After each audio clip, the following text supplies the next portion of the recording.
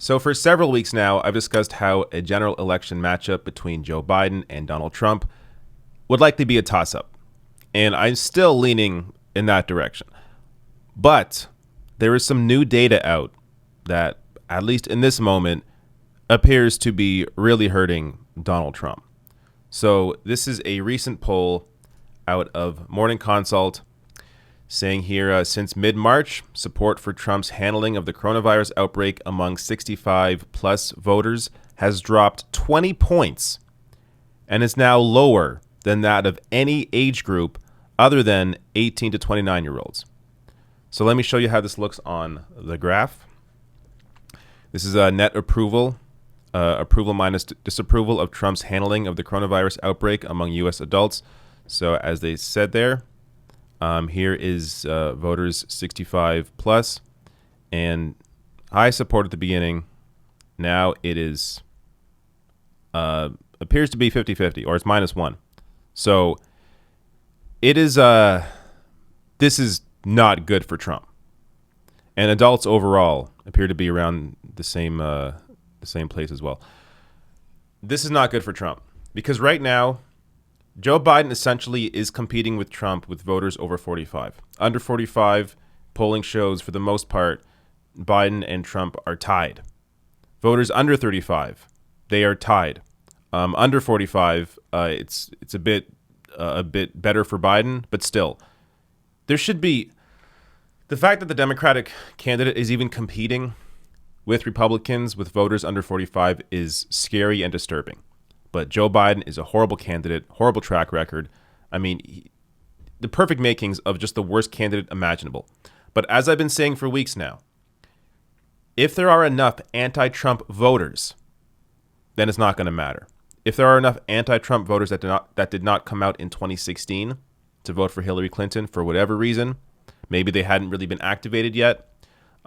Maybe they assumed Hillary was going to win the election in 2016 because the media told them that Hillary was definitely going to win that election, so they stayed home. But now those people are activated. If there's enough of those anti-Trump voters, then Biden's going to win.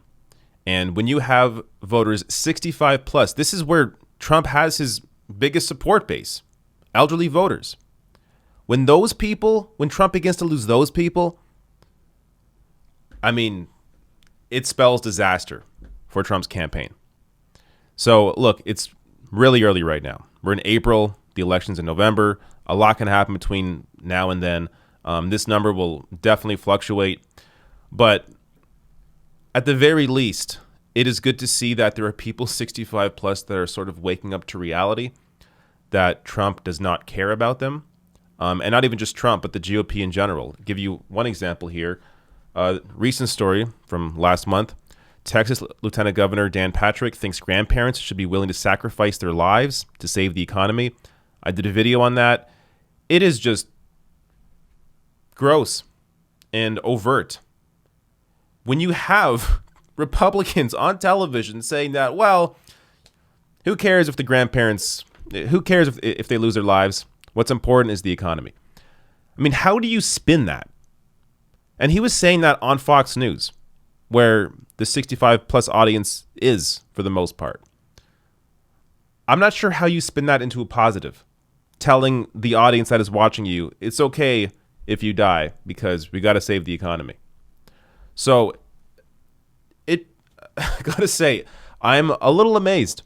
A 20-point drop is significant for voters over 65. It can be tough to educate. I shouldn't say educate, but it can be tough to change the minds of voters that are older, that are stuck in certain ways of thinking. So if you think a certain way for years and years, it's tough to get you out of that mindset.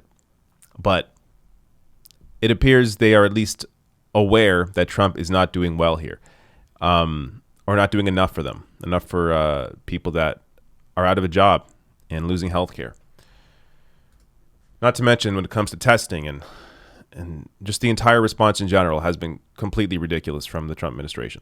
Now, I also want to show you this because this is a Rasmussen poll. This pollster generally favors Republicans, favors Trump, showing right now that Trump's job approval, 44% approve, 55% disapprove. So even though generally this is weighted towards Republicans, towards conservatives, Trump is not looking good here either.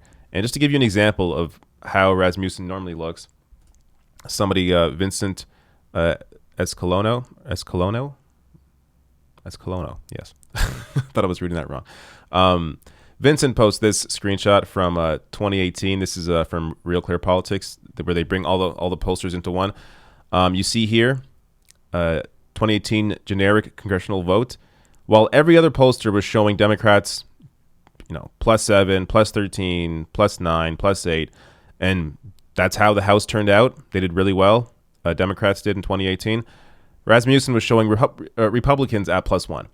So this really, again, this poster favors Republicans, and here Trump is doing horribly in their poll.